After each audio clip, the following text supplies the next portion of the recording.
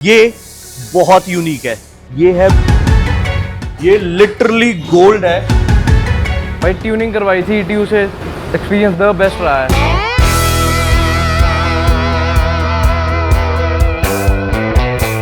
तो ये एंडेवर आज हमने पूरी रेडी कर दी है। आज हम इसको डिलीवर करने वाले हैं।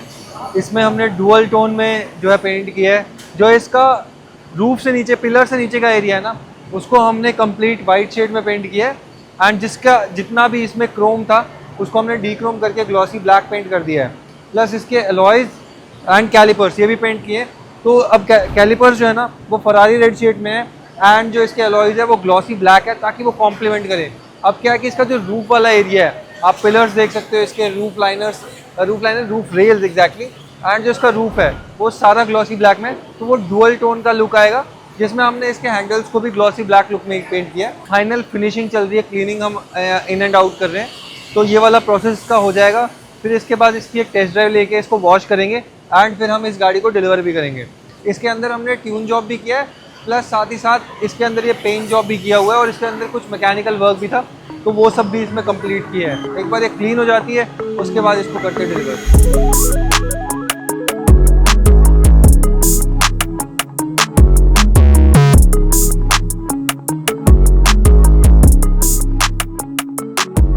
तो आज अपने पास एक मर्सिडीज की ई क्लास आई है, जो इरिटेटिंग चाइम है ना वो ऑफ होने के लिए। ये गाड़ी स्पेसिफिकली कानपुर UP 78 से आई है, जिसके अंदर आज हम चाइम का जो सिस्टम है वो ऑफ कर देंगे। जो इरिटेटिंग सा बजी साउंड आता है ना बार बार, आप जब भी 80 या 120 के बाद तो कंटिन्यूस आते ही रहता है, बहुत इरिटेट करता है। और जितनी भी ये जर्मन कार है ना, इसमें एक चीज़ का और इशू रहता है कि अगर आप म्यूजिक बढ़ाओगे ना, इसके साथ साथ आपका चाइम का भी आवाज़ बढ़ते चला जाता है, तो आपका म्यूजिक वाला जो फील है ना वो भी कहीं ना कहीं खत्म हो जाता है। तो आज हम इसके रिलेटेड इस पे काम करने वाले हैं। पूरा इस पे सिस्टम सेट कर दिया है, अब इस पे काम करते हैं और इसका चाइम बिल्कुल ऑफ कर देते हैं।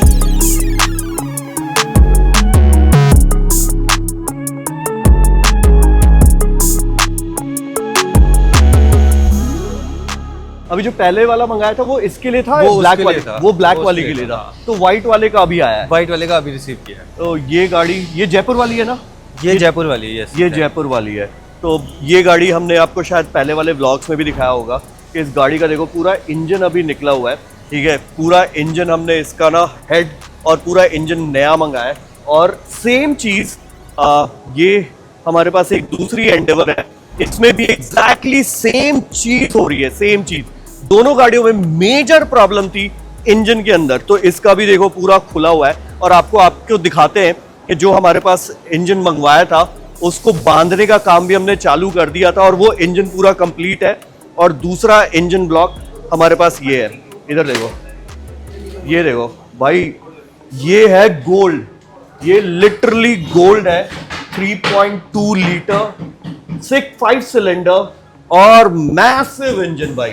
और साथ ही ये जो नया हमारे पास आया, अगेन 3.2 लीटर, 1 2 3 4 5 भाई। कहाँ आ रही है आजकल के ज़माने में, मतलब फॉर्च्यूनर एंडेवर तो चली गई यार। जब 3.2 लीटर आती थी ना, तो शायद हम लोगों ने ना उसको उतना प्यार नहीं दिया जितना वो डिजर्व करती थी। मतलब तब भी लोग ना फॉर्च्यूनर के पीछे ज़्यादा जाते थे। जिन्होंने एंडेवर चलाई 3.2, उनको फॉर्च्यूनर कभी समझ में नहीं आई। वो हमेशा फॉर्च्यूनर के ही फैन रहे, क्योंकि भाई राइड कंफर्ट, पावर एंड जो उसको चलाने का फील था ना वो एकदम ही अलग था। तो फिलहाल दोनों एंडेवर का इंजन हमारे पास आ गया है, एक कंप्लीट हो चुका है, दूसरे पे हम कल से काम स्टार्ट करेंगे।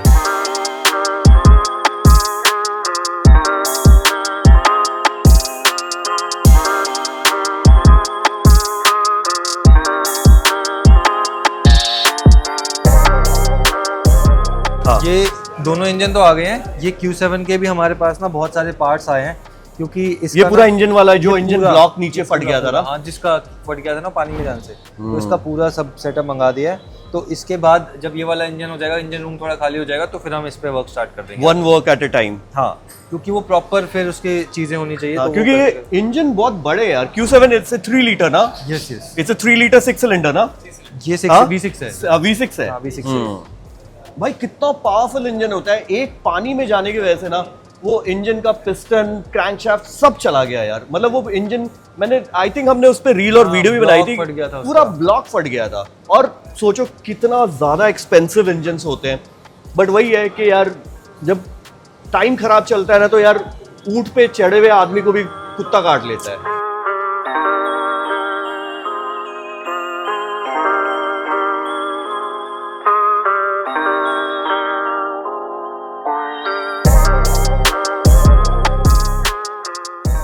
सो यहाँ पे इस 3.2 लीटर का इंजन ना हम बांधने के बाद अब इस पे पूरा फिक्स कर रहे हैं।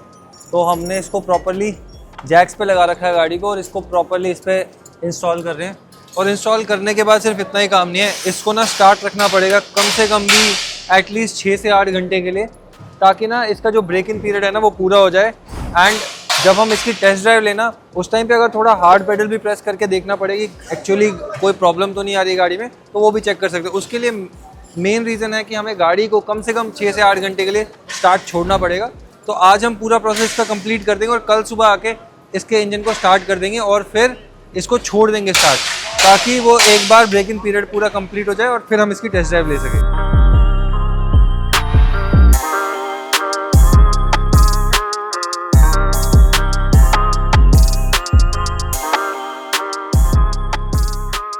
आपने हमारी वीडियोस और व्लॉग्स में ना बहुत सारी फॉर्च्यूनर्स, एंडेवर और बहुत सारी अलग अलग गाड़ियों को ट्यून होते हुए देखा होगा, बट आज हमारे पास पंजाब से स्पेसिफिकली ये इनोवा क्रिस्टा रिसीव हुई है 2.4G, जिसके अंदर हम स्टेज 1 ट्यून परफॉर्म करने वाले हैं।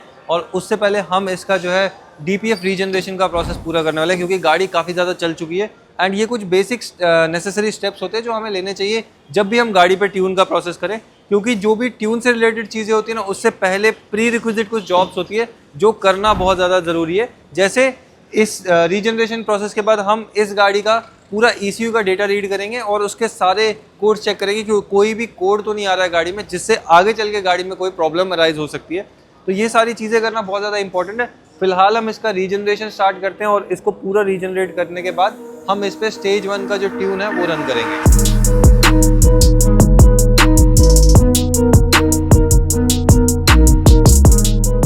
भाई ट्यूनिंग करवाई थी ETU से, एक्सपीरियंस द बेस्ट रहा है।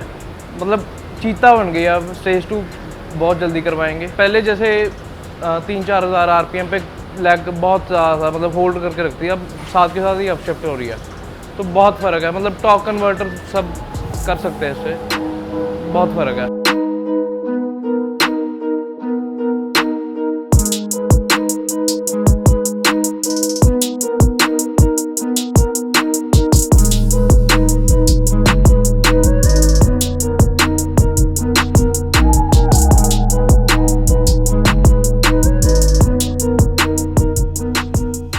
ये जो गाड़ी है ना भाई, इतनी यूनिक है ना, इतनी ज़्यादा यूनिक है। देखो हमारे पास आपको ना सामने उधर डिफेंडर भी दिख रही होगी, टोयोटा भी दिख रही होगी, महिंद्रा भी दिख रही होगी, टोयोटा भी दिख रही होगी, एंडेवर भी दिख रही होगी, ऑडी भी दिख रही होगी, मिनी कूपर भी दिख रही है। लेकिन ये जो गाड़ी है ना, इन सबसे अलग है, बिकॉज ये सारी गाड़ियाँ ना जो मैंने जिनका अभी नाम लिया वो रोड पे बहुत ज़्यादा दिखती है। ये बहुत यूनिक है। ये है BMW 1998 की 325i। और सबसे ज़्यादा जो अच्छी चीज़ है ना इस गाड़ी के बारे में, जो मुझे देख के अलग सी खुशी हुई, वो है इसका 2.5 लीटर का V6 इंजन। भाई BMW उस समय से ड्राइवर परफॉर्मेंस ओरिएंटेड कार बना। अब सोचो, ये गाड़ियाँ ना मैंने फास्ट एंड फ्यूरियस जैसी मूवीज़ में देखी है, और आज इस गाड़ी के अंदर बैठ के मुझे जो अलग सी फील आ रही है ना, ओनली एक कार एंथुसियास्ट जिनको गाड़ियों से प्यार है ना, वही ये समझ सकता है। प्लस ये गाड़ी यूनिक क्यों है भाई, ये गाड़ी कराई गई थी इंपोर्ट, और यहाँ पे राइट हैंड साइड पे स्टीयरिंग है ही नहीं, इसका steering actually left hand side पे।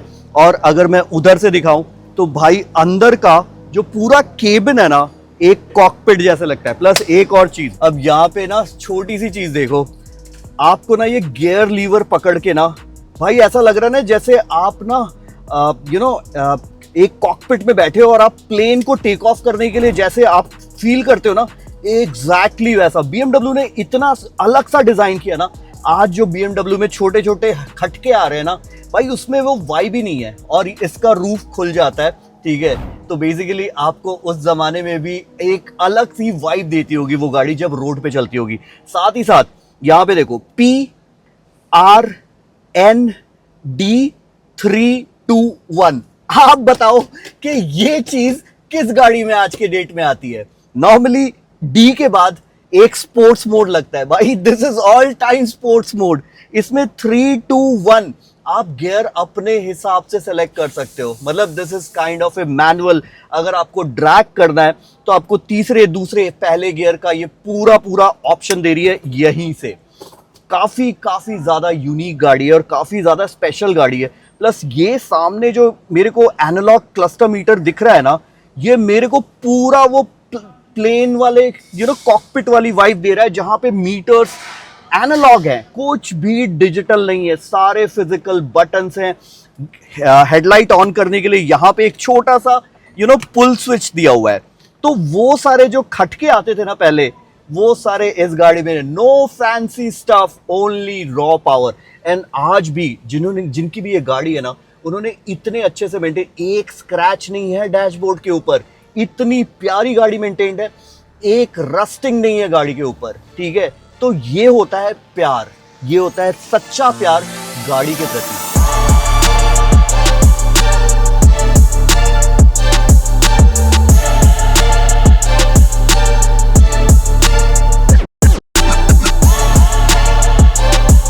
तो अपने पास डिफेंडर जो आई थी, इसका हमने इंस्पेक्शन तो पूरा कंप्लीट कर दिया। अब इसका इंजन ऑयल हम ड्रेन कर रहे हैं और इसमें हम यूज़ करने वाले हैं लिक्विमोली का स्पेशल टेक 0W20, जो ग्रेड है ऑफिशियली रिकमेंड किया जाता है डिफेंडर के लिए, 020 है। तो हम इसमें ये डालने वाले हैं, 7 लीटर के अप्रॉक्स इसमें इंजन ऑयल आएगा ना। और इसके साथ ही साथ हम इसमें यूज़ करेंगे लिक्विमोली का सेराटेक। अब ये सेराटेक क्या है? ये सेराटेक बेसिकली एक लेयर बनाता है अंदर से, इनसाइड द वॉल्स और इनसाइड जितने भी पार्ट्स है। अब अंदर से ऑब्वियसली जो लिक्विमोली के प्रोडक्ट्स है या कोई भी इंजन ऑयल है, वो अंदर से प्रोटेक्शन तो देता है, बट सेराटेक उस पर एडिशनल लेयर चढ़ा देता है, जिससे डैमेजेस का चांस बहुत ज़्यादा कम हो जाए, यानी मिनिमम चांस है, आप मान लो बिल्कुल ही ख़त्म हो जाता है। अब ये सेराटेक जो है, ये एक सेरामिक लेयर बनाता है, सेरामिक वॉल शील्ड बनाता है, जो अंदर पार्ट्स पे बनती है, और उससे ल्यूब्रिकेशन और ज़्यादा अच्छी हो जाती है, फ्रिक्शन बिल्कुल ख़त्म हो जाती है। तो जैसे जैसे इसका पूरा इंजन ऑयल ड्रेन होगा, फिर उसके बाद हम गाड़ी को नीचे लेके आएंगे एंड तब उसमें हम इंजन ऑयल को वापस से रिफिल करके उसके अकॉर्डिंग, ये डिपेंड करता है, ये भी डिपेंड करता है कि ये हमें कितना डालना है। अब ये जो एक बॉटल होती है 300 ml के अप्रॉक्स आती है। अब ये डिपेंड करता है कि हमें हमारा जो इंजन का ऑयल है उसमें कितना जा रहा है, उसके हिसाब से कितनी उसमें क्वांटिटी डलेगी सेराटेक की। ये जब हम ऑयल ड्रेन करते हैं ना, तो आपने ये भी देखा होगा बहुत सारी जगह पे ना, ऑयल बहुत स्पीड से आता है, मतलब बहुत अच्छे फ्लो से आता है। तो बहुत सारी बार ना उसके जो एडजेसेंट पार्ट्स होते हैं उसके ऊपर गिरता है, तो उसको क्लीन भी करना रहना ज़रूरी है, क्योंकि अगर उस पर क्लीन नहीं करेगा ना, तो वो स्लश बन के उस पर इकट्ठा हो जाएगा, उस पर मिट्टी वगैरह, या फिर आगे चल के रस्टिंग से रिलेटेड चीज़ें या और डैमेजेस बहुत फ्रीक्वेंटली चांसेस बन सकते हैं। तो अभी फ़िलहाल हम इसको ये सब पूरा ड्रेन करेंगे, गाड़ी नीचे लेके आएंगे, फिर इसमें इंजन ऑयल फिल करेंगे।